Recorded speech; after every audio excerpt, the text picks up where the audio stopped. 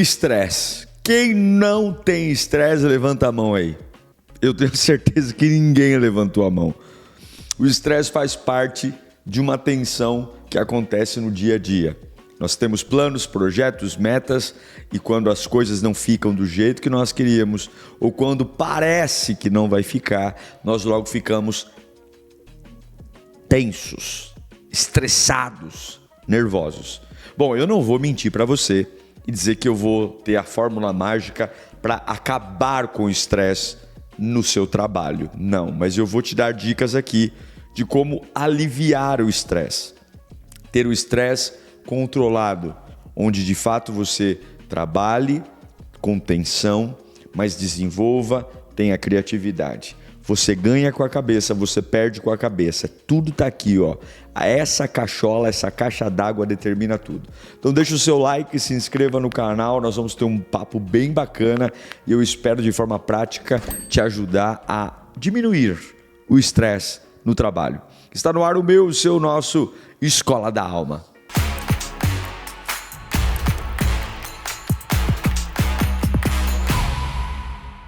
Bom, gente, todos nós temos problemas com a atenção. Quem trabalha, quem sonha, quem produz, logo tem que lidar com a atenção por resultados, prazos, cobranças, expectativas dos outros. São uma série de situações que nos corroem e percorrem a nossa vida.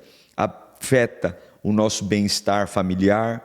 Pessoas muito estressadas, normalmente quando chegam em casa, muitos não têm maturidade e descontam na mãe, no pai, no filho, na esposa, na filha. Muitos não sabem fechar as gavetinhas, né? E quantas famílias estão estressadas porque um indivíduo que trabalha fora não sabe deixar da porta para fora o que acontece na empresa, mas traz. É muito complicado isso. Quando nós não sabemos separar as áreas da nossa vida, a gente vai fazendo o estresse contaminar tudo. E aquilo que era para ter uma fatia de dor ou de sofrimento, que é inegável, começa a fazer tudo adoecer. E pior do que ter um estresse no trabalho é ter um casamento doente, uma relação com familiares doentes por conta disso. Outra coisa que a gente observa no estresse no trabalho é a falta da qualidade da comunicação. As pessoas estão estressadas no trabalho e aí elas começam a não querer explicar para as coisas, para as pessoas o que está acontecendo. Já viu aquela pessoa, eu não estou com paciência para falar hoje, eu não estou afim de conversa, eu não quero bater papo com você. E essas questões de você simplesmente não falar, não dizer, vai matando a comunicação. E a comunicação é fundamental. A comunicação é, sem dúvida, o ponto crucial de desenvolvimento. Sem comunicação, nós não chegamos a lugar algum. A gente não consegue entender o que o outro está sentindo, eu não consigo compreender e ser claro para que os outros também percebam o que eu estou sentindo, e essa falta de comunicação vai afastando as pessoas. Muitos moram na mesma casa, mas estão distantes, se tornam como desconhecidos mesmo. Não sabem mais se tocar, conversar, se olhar e se perceber. Dividem a mesma casa, mas cada um no seu mundo, na sua individualidade. E quando você vai puxando o fio e descobrindo de onde começa o novelo, você vai perceber que muitas vezes é um estresse lá no trabalho. É uma pressão que o chefe está realizando, é um problema de faturamento. Se você não aprender a lidar com isso, você vai se comunicar cada vez menos, vai ser menos interpretado corretamente e você vai interpretar os outros de forma muito ruim. E qual é o problema quando há baixa interpretação? Imaginação. Eu começo a imaginar as coisas. Muitas vezes eu estou ao lado de alguém que está morrendo e fico dizendo, essa pessoa está bem. Ou estou trabalhando ao lado de alguém que precisa de ajuda e fico imaginando coisas, está tudo bem. Ou o contrário, está tudo bem e eu fico pensando, está tudo mal. Meus filhos estão bem, mas eu fico, está mal. É esse problema da não comunicação, sem falar do envelhecimento precoce. A gente começa a nos tornar pessoas velhas. E eu nem quero muito falar desse envelhecimento inicial físico que realmente acontece. Não é só o cabelo branco, o pé de galinha, o cansaço. Eu quero falar de um envelhecimento emocional. Começamos a nos tornar pessoas feias emocionalmente, velhas, cansadas, rabugentas. que não topam nada, que não creem em nada, que qualquer novidade, qualquer proposta legal, logo refutamos, nos tornamos pessoas extremamente cansadas, sem nenhuma motivação. E quando a gente vai observar tudo isso, é um estresse que cauterizou e nos tornou pessoas difíceis de agradar, pessoas complicadas nos seus caminhos. E tudo isso, gente, é muito ruim mesmo. Tem uma frase que eu acho bacana sobre isso, fala assim, reserve momentos para cuidar de si mesmo e deixar o estresse derreter, mesmo nos dias mais intensos de trabalho. Trabalhar é uma bênção. Eu amo trabalhar. Nem todos têm o privilégio de trabalhar com o que gostam, mas eu acho que isso é um grande objetivo de vida. A gente começa trabalhando para sustentar nossa casa, para suprir nossas necessidades básicas, e ao longo do tempo todos nós podemos desenvolver habilidades e ferramentas para ir trabalhar naquilo que a gente gosta. É quando os olhos brilham, é quando a paixão acende, que realmente tudo faz sentido. E a gente começa a perceber o quão maravilhoso é aquilo que precisamos. Agora, preste atenção. Se você não aprender a lidar com o estresse no trabalho, você nunca vai crescer. Porque na mesma escalada que você desenvolve profissionalmente, a pressão também desenvolve. As empresas não pagam você pela cor dos seus olhos. Elas pagam você porque elas querem te dar mais responsabilidade. Se elas estão te remunerando mais, por outro lado, elas vão te cobrar mais, performance, resultado. E se você não vai aumentando a tua capacidade de se tornar uma pessoa estressada, porém sabendo digerir tudo isso, mantendo cada coisa equilibrada, porque a tendência do estresse é que ele aumente. Ou você acha que a pressão de um estagiário é a mesma pressão de um CEO de uma multinacional? É óbvio que não. As responsabilidades são todas diferentes. As cobranças, o prazo, a decisão, uma decisão errada de um estagiário certamente não pode comprometer a empresa. Uma decisão errada de um CEO pode acabar com milhares de postos de trabalho. Então, isso é por que um estagiário ganha X e um CEO ganha 1000X. Porque nós entendemos isso. Então, se você diz, eu não sei, eu estou muito estressado, eu estou cansado, eu estou nervoso, eu não aguento mais. O que você está dizendo para Deus, para você e para todos que estão à sua volta? Eu estou no meu limite. Só que a gente quer ganhar mais. A gente quer ter uma vida melhor, a gente quer ter um padrão melhor, mas nós não queremos aumentar a tensão. Isso não existe. Qualquer degrau superior que você vai, a tensão vai aumentar. Agora, tem saída para isso? É claro que tem saída. E eu vou te ensinar aqui. Eu creio, querido, que Deus tem algo para você que só você se limita. Sou eu que limito o que Deus tem para mim. Com as minhas reclamações, com as minhas falas sem responsabilidade, como por exemplo, chega, eu não aguento mais. Se for para continuar assim, eu prefiro parar. Olha, se as coisas avançarem mais, eu quero parar. E isso é uma grande irresponsabilidade. Por quê? Porque todo mundo quer crescer. Você quer crescer. E você quer crescer de um jeito que só existe no País das Maravilhas. Não existe outra vida sem pressão. Então eu vou te dar algumas dicas aqui. A primeira é monitore as suas reações biológicas. Seria o biofeedback. O que acontece com você quando você está estressado? Batimento cardíaco acelera, boca seca, vontade de agredir alguém verbalmente, vontade de dormir, quebrar alguma coisa.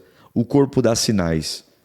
E algumas vezes o teu corpo está dando muitos sinais e você os ignora. Quais são os sinais que o teu corpo está dando sobre o estresse? Quais são os sinais evidentes de que as coisas não estão bem aí? Não ignore.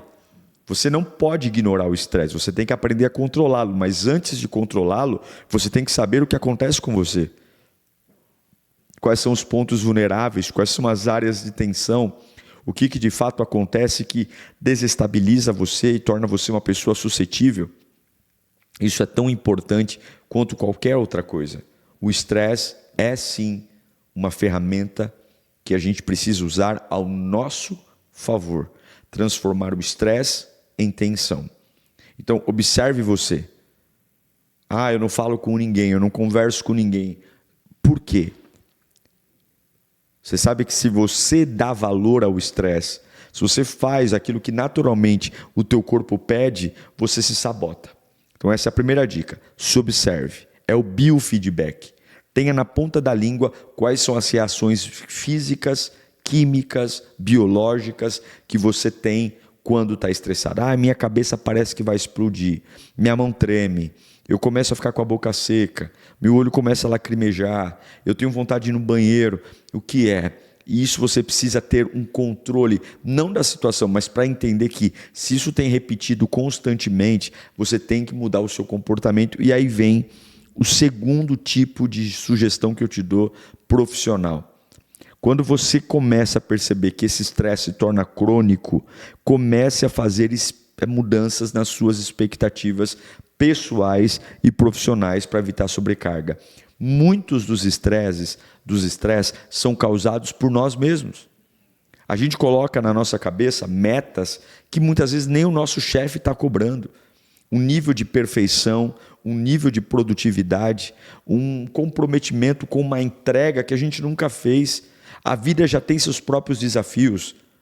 A rotina do dia a dia já é uma rotina exaustiva e nós ainda aumentamos a pressão, criando mais expectativa. Temos que superar o tempo todo, temos que ser melhor. Olhamos para a grama do vizinho e a gente fica olhando para o vizinho e corre para fazer como eles fazem e corre para ser como os outros são. Isso é um grande problema, é uma grande batalha. Nós precisamos parar, pensar, entender a vida por um olhar muito comprometido com aquilo que Deus pode fazer.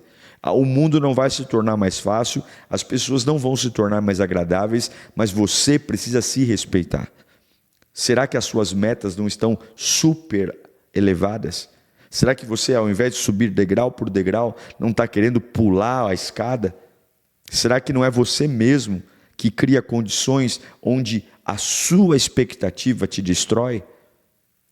E seria uma maravilha celebrar os pequenos avanços que fazemos todos os dias, ao invés de toda vez ficarmos nos lamentando, chorando pelos cantos.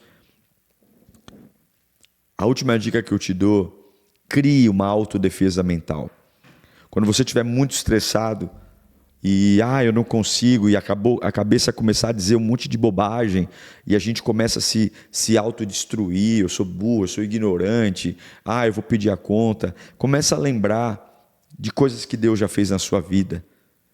Começa a lembrar de projetos bem executados que você fez na tua empresa, de cases de sucesso, clientes que te elogiaram, vendas maravilhosas, relatórios incríveis, decisões que você tomou de forma assertiva, que todo mundo ganhou, a empresa inteira avançou com as suas decisões.